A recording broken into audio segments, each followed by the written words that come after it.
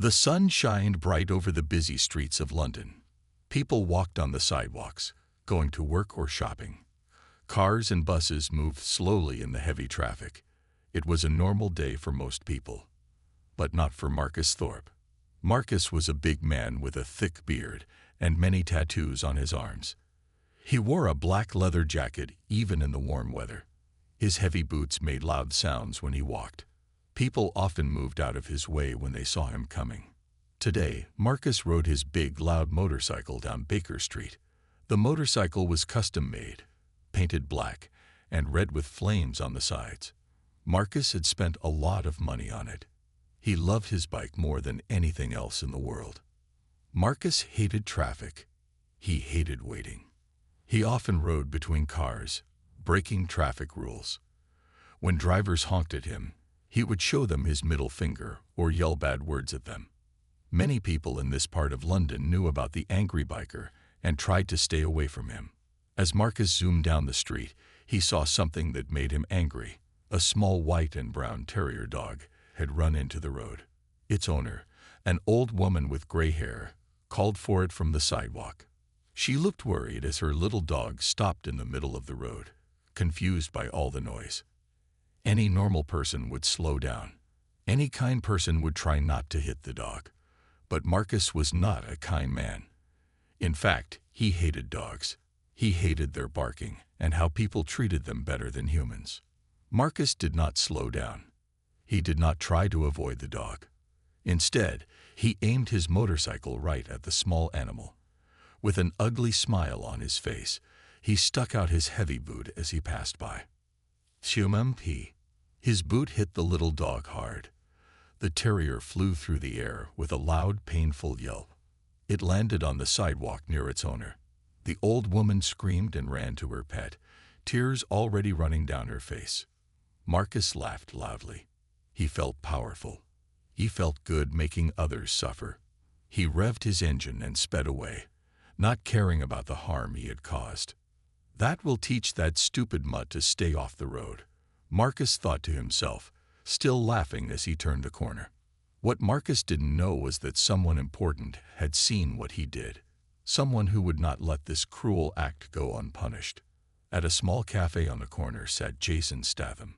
The famous actor was enjoying a rare day off from filming his latest action movie. Dressed in simple clothes, jeans, a black t-shirt, and a cap pulled low over his eyes. Most people didn't recognize him. He sat alone, drinking his coffee and watching the world go by. Jason had seen everything. He saw the little dog run into the street. He saw the biker deliberately aim for the animal. He saw the boot connect with the small body. And he saw the old woman's face change from worry to horror. Unlike the characters he played in movies, Jason was not looking for trouble. He was a professional who knew the difference between movie fights and real-world violence. But he also believed in standing up for those who couldn't stand up for themselves. Jason's eyes narrowed as he watched the biker disappear around the corner. His hand tightened around his coffee cup so hard that his knuckles turned white. Without hesitation, he put some money on the table and stood up. The actor walked quickly to where the old woman knelt beside her whimpering dog. The little terrier was shaking, its left hind leg twisted at an odd angle. It looked up with pain-filled eyes that made Jason's heart hurt. "Is he alive?" Jason asked in his deep, gravelly voice as he knelt down beside them. "Can I help?" The old woman looked up, tears streaming down her wrinkled face. She didn't recognize the famous man beside her. She only saw someone offering help when she needed it most. Little did Marcus know, his cruel act had just put him on a collision course with a man who wouldn't back down until justice was served. Jason gently picked up the injured dog. It whimpered softly in his arms. The old woman watched with worried eyes. "We need to get him to a vet right away," Jason said. "There's one just 2 blocks from here." "I don't have much money," the old woman said. Her voice shook. Her hands trembled as she wiped her tears. Jason shook his head. "Don't worry about money. I'll take care of it." He helped the old woman stand up. Her name was Martha, and her dog was called Buddy. Martha had owned Buddy for 8 years. He was her only friend since her husband died. That awful man, Martha said as they walked. He aimed for Buddy on purpose. I saw his face. He was smiling when he kicked my dog. Jason's jaw tightened. The muscles in his face became hard. But his voice stayed calm for Martha's sake. Do you know who he is? Jason asked. Everyone in this area knows him, Martha replied. His name is Marcus Thorpe.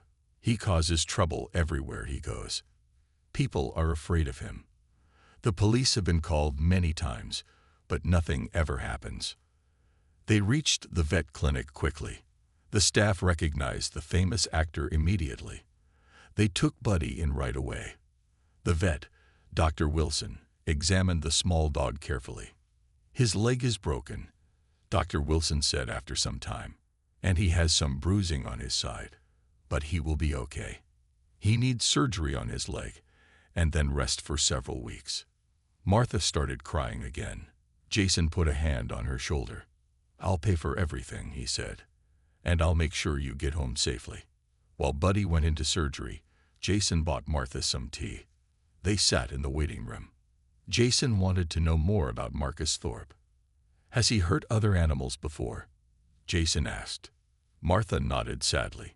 Many times. Last month, he threw rocks at Mr. Jenkins' cat. The cat lost an eye. Before that, he kicked over all the cages at the pet store, letting the birds escape. Some were never found. He's a monster. Jason listened carefully. He took mental notes of all the bad things Marcus had done. His movie roles often involved fighting bad guys, but in real life, Jason believed in justice, not revenge. Why doesn't anyone stop him? Jason asked. People have tried, Martha explained. But he belongs to a motorcycle gang. They protect each other. And Marcus is very good at not getting caught on camera. There's never enough proof. After 3 hours, the surgery was finished. Buddy was sleeping peacefully, his leg in a small cast. He would need to stay at the vet clinic for 2 days. I'll drive you home, Jason told Martha. And I'll help you pick up Buddy when he's ready.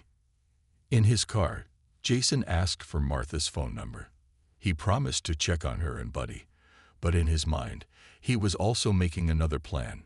Jason dropped Martha at her small apartment building. Then, instead of going home, he drove back to the area where he had seen Marcus kick Buddy. He parked his car and walked around. He talked to shop owners and people on the street. Many recognized him, but were surprised to see him there. I'm looking for information about Marcus Thorpe, Jason told them. Some people looked afraid when they heard the name. Others seemed angry.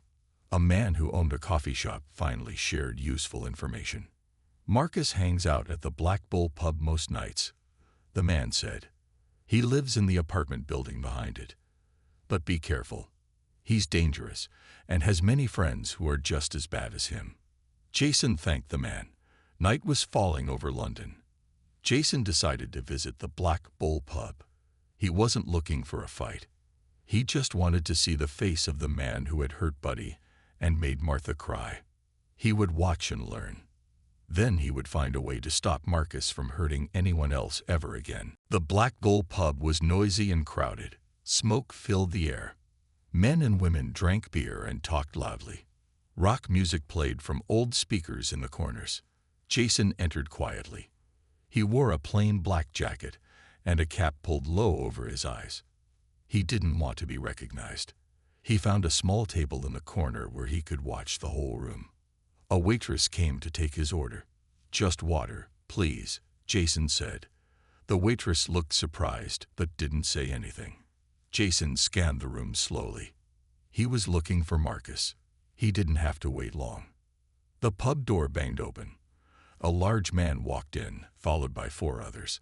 They were all dressed in leather jackets with the same symbol on the back, a red bull with black horns.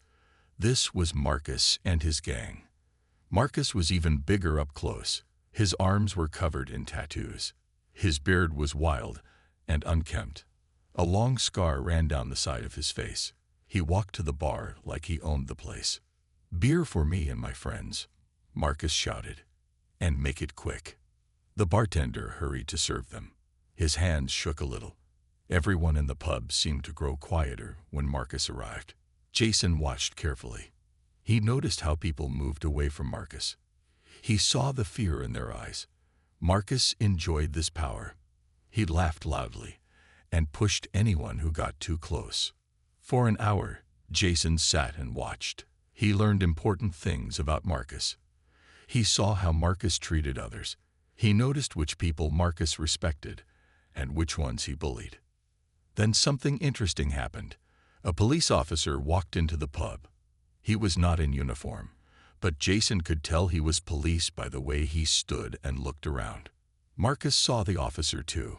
Instead of acting tough, Marcus smiled and waved the man over. The officer sat with Marcus and his gang. They talked like old friends. They laughed together. Now Jason understood why Marcus never got in trouble. He had friends in the police. This made things more complicated. When the officer left, Marcus went to the bathroom. Jason decided to follow him. He wanted to get a closer look at the man who had hurt Buddy. The bathroom was small and dirty. Marcus stood at the sink, washing his hands. He looked up and saw Jason in the mirror. For a moment, Marcus didn't recognize him. Then his eyes widened.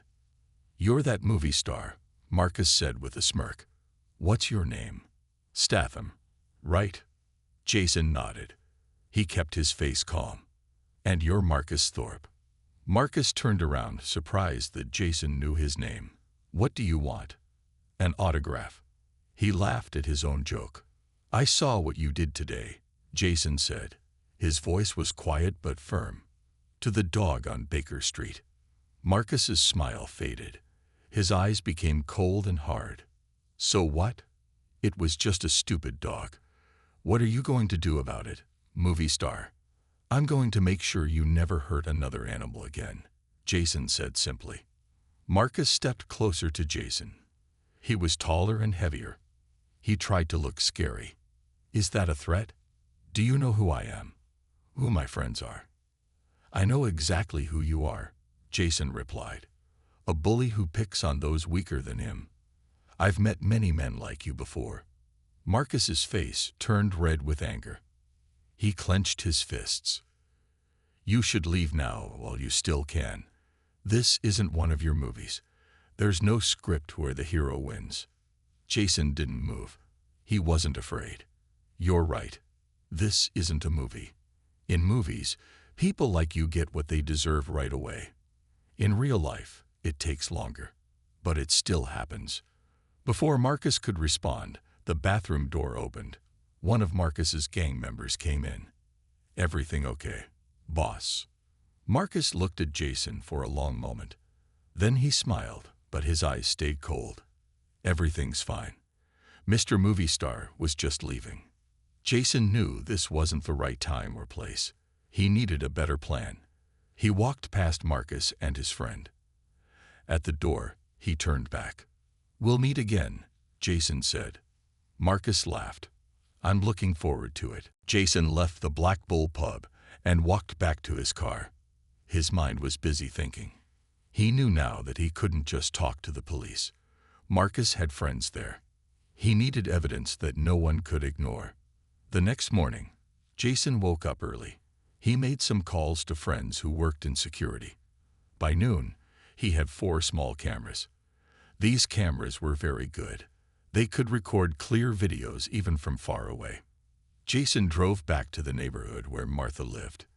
He found good spots to put the cameras. One went on a lamppost near where Buddy was kicked. Another went on the building across from the Black Bull pub.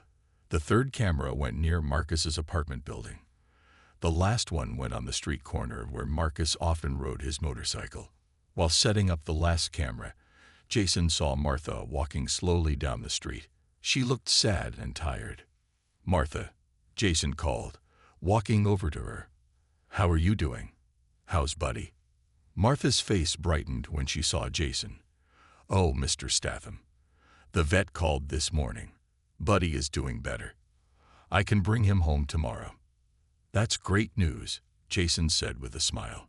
"Do you need help getting him home?" "Oh, I couldn't ask you to do that," Martha said. "You've done so much already." "I want to help," Jason insisted. "I'll pick you up tomorrow, and we'll get Buddy together." Martha thanked him with tears in her eyes. As they talked, Jason noticed something. Across the street, Marcus was watching them. He sat on his motorcycle, his eyes fixed on Jason. When he saw Jason looking back, Marcus revved his engine loudly and sped away. "That's him," Martha said, her voice shaking. "That's the man who hurt Buddy." "I know," Jason said calmly. "Don't worry. He won't hurt anyone else for long." Over the next 3 days, Jason checked his cameras.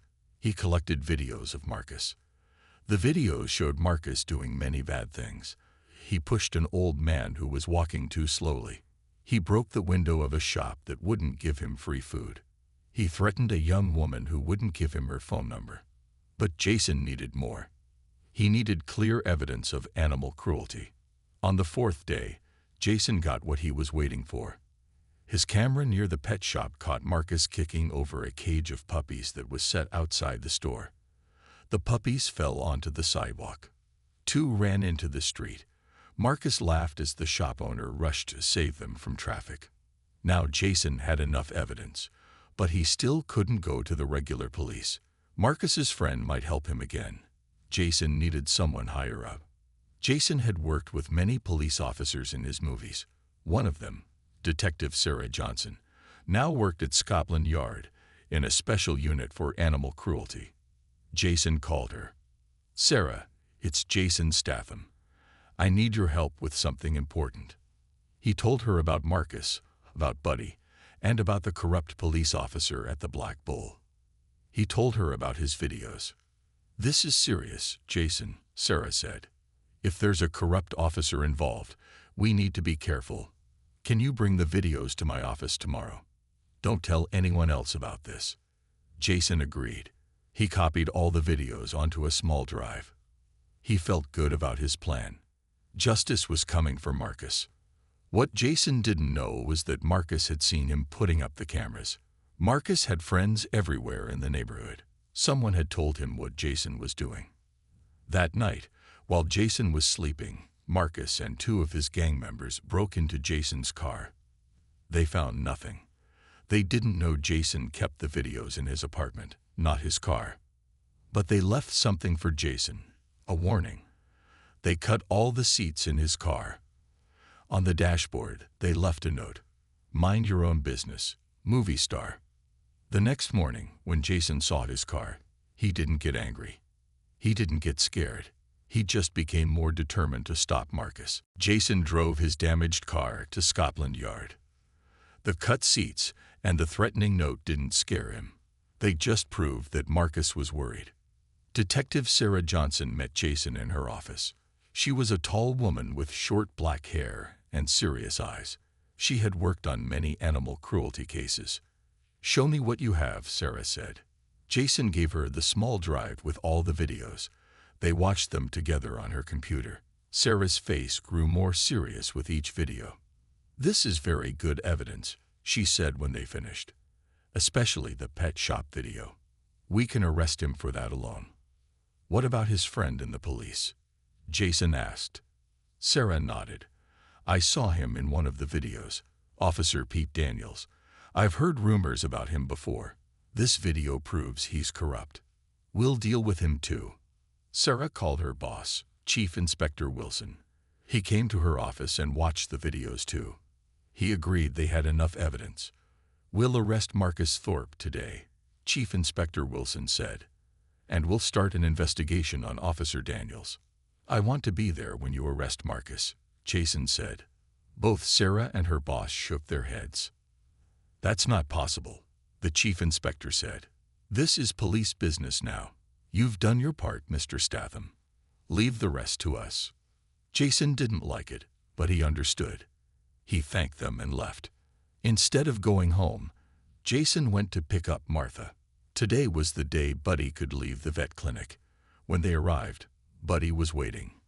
His leg was still in a cast, but his tail wagged when he saw Martha. The little dog looked afraid when he saw Jason, but Martha spoke softly to him. "This is Jason," she said. "He's a friend. He's helping us."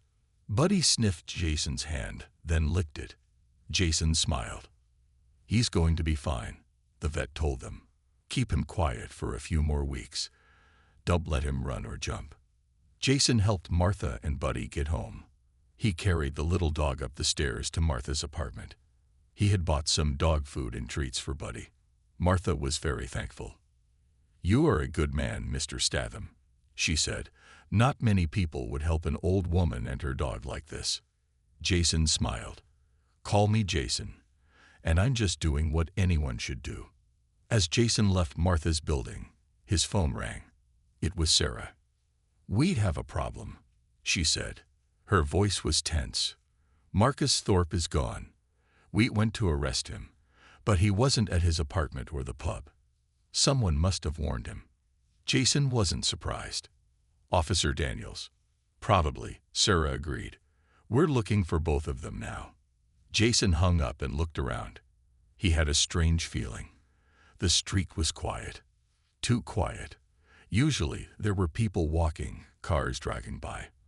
But now it was empty. Jason walked to his car slowly. His senses, trained from years of doing his own movie stunts, told him something was wrong. He was right. As he reached for his car door, he heard the roar of a motorcycle engine. Jason turned quickly. Marcus was riding straight at him. Fast. Behind Marcus were 3 more motorcycles with his gang members. Jason had only seconds to react. He jumped away from his car just as Marcus swerved to hit him. The motorcycle missed Jason by inches. Marcus stopped his bike and turned around. His gang members circled Jason, trapping him in the middle of the street. "You should have minded your own business, movie star," Marcus shouted. His face was red with anger. "Daniels told me what you did. You tried to get me arrested." Jason stood tall. He wasn't afraid. He had been in real fights before, not just movie ones. "You hurt innocent animals," Jason said calmly. "You bully people weaker than you. It stops now." Marcus laughed. It was an ugly sound. "Really? How are you going to stop me? There are 4 of us, and 1 of you. And there are no cameras or stunt doubles here to save you." The 4 bikers moved closer to Jason. Their engines revved loudly. Jason prepared himself for what was coming next. The 4 bikers circled Jason like hungry wolves. Their motorcycles growled loudly. People watching from windows quickly closed their curtains. No one wanted to get involved. Marcus smiled with mean eyes. "Get him, boys," he shouted. The first biker rushed at Jason. He was a big man with a shaved head. He tried to hit Jason while riding past. But Jason was ready. He stepped aside at the last second and grabbed the man's arm. With one quick move, Jason pulled the biker off his motorcycle. The man fell hard on the street. His motorcycle crashed into a parked car. The second biker came from behind. He held a heavy chain in his hand. He swung it at Jason's head. Jason ducked just in time. The chain missed him. Jason grabbed the chain and pulled hard. The biker lost his balance and fell off his motorcycle too. Marcus looked surprised. He didn't expect Jason to be so good at fighting. In movies, Jason did many of his own stunts. He knew how to fight in real life too. "You two are useless," Marcus shouted at his fallen friends. "Jimmy, let's both get him at the same time." The third biker, Jimmy, nodded. He and Marcus revved their engines. They rushed at Jason from 2 sides. Jason waited until the last second. Then he jumped high in the air. The 2 motorcycles crashed into each other. Marcus and Jimmy fell to the ground. Their motorcycles were damaged but still running. All 4 bikers were now on foot. They surrounded Jason again. They pulled out knives and chains. "Not so tough now, are you?" Marcus said with an angry smile. Jason didn't answer. He kept his eyes on all 4 men. He was ready for them. The first man attacked with his knife. Jason blocked his arm and hit him hard in the face. The man fell down, not moving. The second man swung his chain. Jason caught it and pulled the man toward him. He hit the man in the stomach, then pushed him away. Jimmy tried to grab Jason from behind. Jason turned quickly and kicked him in the knee. Jimmy screamed in pain and fell down. Now only Marcus was left standing. He looked scared for the first time. "Who are you?" Marcus asked, backing away slowly. "Just someone who believes in justice," Jason answered. Marcus looked around desperately. He saw his motorcycle still running on the ground. He ran for it. Jason let him go. He thought Marcus was trying to escape, but Marcus had another plan. He grabbed his motorcycle and pulled something from under the seat. It was a gun. Marcus pointed the gun at Jason. His hand was shaking, but his eyes were filled with hate. "You think you're so special because you're in movies," Marcus said. "But a bullet doesn't care who you are." Jason stood still. He kept his eyes on Marcus. He was looking for a chance to move, but it was too dangerous now. Suddenly, police sirens filled the air. 3 police cars turned onto the street, lights flashing. Detective Sarah Johnson jumped out of the first car, her gun drawn. "Drop the weapon, Thorpe," she shouted. "It's over." Marcus looked around wildly. He was trapped. Police officers surrounded him and his friends. For a moment, it seemed like Marcus would give up. He lowered the gun slightly. Then his face changed. He raised the gun again, pointing it at Jason. "This is your fault," he screamed. Before he could pull the trigger, a small rock hit him in the head. Marcus turned in surprise. Martha stood there with Buddy in her arms. She had thrown the rock from her apartment window. That small distraction was all Jason needed. He moved quickly, grabbing Marcus's arm and twisting it. The gun fell to the ground. Jason pushed Marcus down and held him there until the police reached them. "You're under arrest," Sarah said, putting handcuffs on Marcus, "for animal cruelty, assault, illegal possession of a firearm, and attempted murder." The other police officers arrested Marcus's gang members too. Officer Daniels was already at the police station, also under arrest for corruption. Sarah looked at Jason with respect. "You took a big risk. He could have killed you." Jason nodded. "Some risks are worth taking." Martha came down from her apartment, still holding Buddy. The little dog barked happily when he saw Jason. "You stopped the bad man," Martha said with tears in her eyes. "You kept your promise." Jason smiled. "Justice sometimes takes a while, but it comes eventually." 2 weeks passed. Jason was at home when his phone rang. It was Detective Sarah Johnson. "The trial date is set," Sarah said. "Marcus and his gang will go to court next month. We need you to be a witness." "I'll be there," Jason promised. After the call, Jason went to visit Martha and Buddy. He had been checking on them every few days. Today, he brought a special treat for Buddy, a new soft bed. Martha welcomed Jason with a warm smile. Her small apartment was clean and bright. Buddy ran to Jason, his tail wagging happily. His cast was off now, but he still limped a little. "Look at you," Jason said, petting Buddy gently. "Getting stronger every day." Martha made tea for Jason. They sat in her small living room. Buddy tried out his new bed and seemed to like it very much. "The whole neighborhood is talking about what you did," Martha said. "People feel safer now that Marcus and his gang are gone." Jason smiled. "I just did what was right." Martha shook her head. "Most people wouldn't have bothered. They would have walked away and forgotten about a little dog and an old woman." Before Jason could answer, someone knocked on the door. Martha looked surprised. She wasn't expecting anyone else. When she opened the door, a young woman stood there. She looked nervous. "I'm sorry to bother you," the woman said. "My name is Lisa. I heard that Jason Statham visits you sometimes. I wanted to thank him." Martha invited Lisa in. Lisa was around 30 years old. She had long brown hair and kind eyes. When she saw Jason, she started crying. "I'm sorry," she said, wiping her tears. "It's just, Marcus Thorpe hurt my cat last year. He threw it against a wall because it crossed his path. My cat died. I went to the police, but nothing happened. I was so afraid of him. Jason offered Lisa a seat. I'm sorry about your cat, he said gently. Lisa took a deep breath. When I heard Marcus was arrested, I couldn't believe it. Then I found out you were the one who helped catch him. I just wanted to say thank you.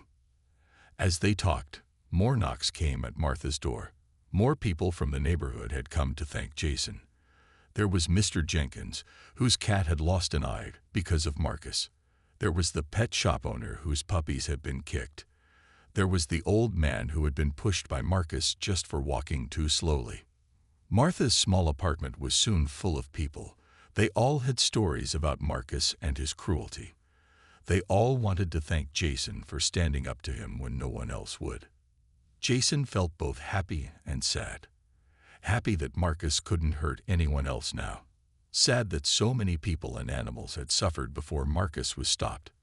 We want to do something to thank you, Mr. Jenkins said. The whole neighborhood does. Jason shook his head.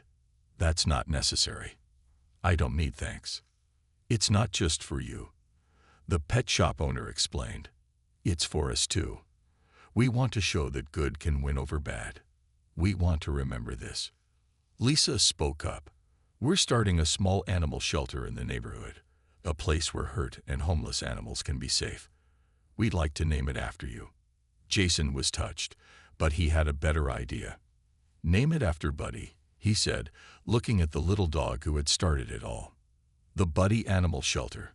He's the real hero. Everyone liked this idea. People started talking excitedly about the new shelter. They would use an old building that wasn't being used. They would take turns working there. Even those who couldn't donate money could donate time.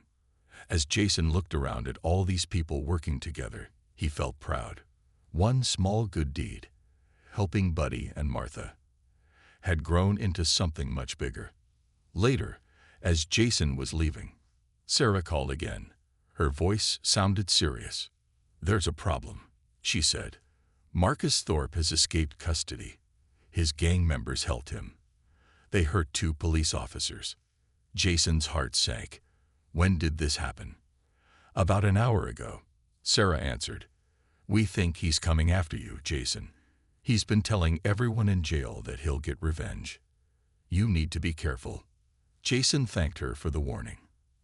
As he hung up, he knew the trouble wasn't over yet. Marcus was out there, angry and dangerous, and Jason had a feeling he wouldn't have to wait long before seeing him again. Jason didn't sleep well that night. His mind kept racing, thinking about Marcus and his gang. He knew they were out there, waiting for the right moment to strike. Every noise he heard outside made his heart skip a beat. Was it Marcus? Was he already here? The next morning, Jason decided he couldn't sit around and wait. He needed to be smart and take action.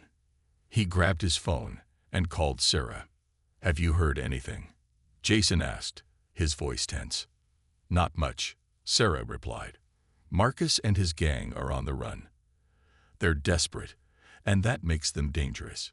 You need to be extra careful. Jason rubbed his eyes. He had expected that answer. What do we do now? I'll send some officers to keep an eye on you, but you need to stay alert, Sarah said. If Marcus shows up, don't try to fight him alone. Wait for backup. Jason agreed and hung up. He knew he couldn't wait for the police to protect him. Marcus would likely come after him when no one was looking. Jason had to be ready to face him alone. He made a plan. First, he would check on Martha and Buddy. They were in danger too. Jason couldn't let anything happen to them. He grabbed his jacket and headed out the door. As he walked down the street to Martha's apartment, Jason kept looking over his shoulder, his senses on high alert. He noticed a few cars parked too close to the building, and one of them looked out of place. He didn't recognize it, and the windows were tinted dark. It could be nothing, but his gut told him to be cautious. When he reached Martha's door, he knocked 3 times, then waited. Martha opened it quickly, looking surprised but relieved to see him. Jason, what are you doing here? She asked, stepping back to let him in. "I just wanted to make sure you and Buddy are okay," Jason said, glancing nervously around the hallway. "Is everything fine?" "Everything's fine," Martha said, but Jason could hear the worry in her voice. "Buddy's been sleeping most of the morning." Jason smiled at the little dog curled up in his bed. Buddy was still recovering, but at least he was comfortable and safe. "Good," Jason said. "I'm glad you're both okay." He stayed for a few minutes, talking to Martha, trying to keep the conversation light. But his mind was racing. Marcus was still out there. Jason couldn't shake the feeling that he was being watched. Suddenly, Jason heard a car engine start outside. He tensed up, his hand instinctively going to the door handle. "Stay here," he said to Martha. "I'll check it out." He stepped outside, careful not to make any noise. As he peeked around the corner of the building, he saw the same car he had noticed earlier. It was slowly driving down the street, and Jason recognized the driver, one of Marcus's gang members. Jason's heart raced. This was it. He was being followed. He quickly ran back inside, closing the door quietly behind him. "Martha," he whispered urgently, "they're here. Marcus's people are outside." Martha looked terrified. "What should we do?" "Stay calm," Jason said. "I'll get you and Buddy to safety." Jason moved quickly. He grabbed his phone and texted Sarah, warning her that Marcus's gang had found him. He needed backup. He also checked his surroundings to make sure there was no other way out of the building. Martha's apartment was on the second floor, so there was only one way down. Jason knew they had to get out without being seen. He motioned for Martha to follow him. "Follow me," Jason whispered. "Keep low, and don't make a sound." They made their way down the hall, trying to stay hidden in the shadows. As they reached the staircase, Jason froze. The door at the bottom of the stairs was opening. A man walked in, looking around. It was one of Marcus's men. Jason's mind raced. He had to think fast. The only way out was through the back window. He motioned for Martha to follow him again, and they quickly headed toward the window in the kitchen. Jason pushed the window open. It creaked loudly, and he cursed under his breath. "Come on, hurry," he urged Martha. They climbed out the window, carefully dropping down to the ground. As soon as they were outside, Jason took a deep breath, trying to calm his racing heart. But he knew it wasn't over. They had to move fast before Marcus's gang figured out they were gone. "Go to the shelter," Jason said. "It's safe there. I'll meet you soon." Martha hesitated but then nodded. "Be careful, Jason."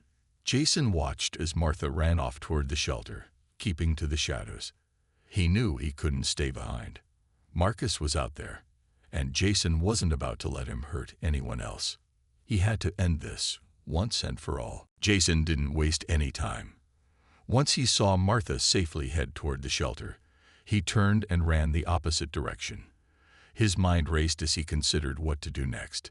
He couldn't stay in the neighborhood, not with Marcus's gang so close. Jason knew he had to stay one step ahead. The trouble was, he didn't know where Marcus would strike next. He pulled out his phone and dialed Sarah's number. It rang a few times before she picked up. "Jason." Sarah's voice was tight with concern. "What's going on?" "We've got officers on their way to you." "Too late," Jason said, his voice low. "Marcus's men found me. They're looking for me right now. I need to know where Marcus is." There was a pause on the other end. Then Sarah spoke quickly. "We're tracking his gang, but they're moving fast. We think they might be heading to the old warehouse on Mill Street. It's been abandoned for years, but Marcus and his crew used to hang out there." Jason didn't hesitate. "I'll check it out. I need backup, but I'll get there first." "Jason, be careful," Sarah warned. "Don't do anything reckless." "I won't," Jason promised, though he didn't believe it himself. He knew he couldn't wait for backup. Marcus was dangerous, and if Jason didn't act fast, there would be more people hurt. Jason hung up and started running toward Mill Street. The warehouse was about a 10-minute walk away. The closer he got, the more uneasy he felt. The streets were quiet, almost too quiet. He kept his head down, trying not to attract attention. He didn't want to lead Marcus's men to the shelter. When he reached the warehouse, Jason crouched low behind a large dumpster. He could see the old building ahead. The windows were broken, and the door hung loosely on its hinges. It was the perfect hideout for a gang like Marcus's.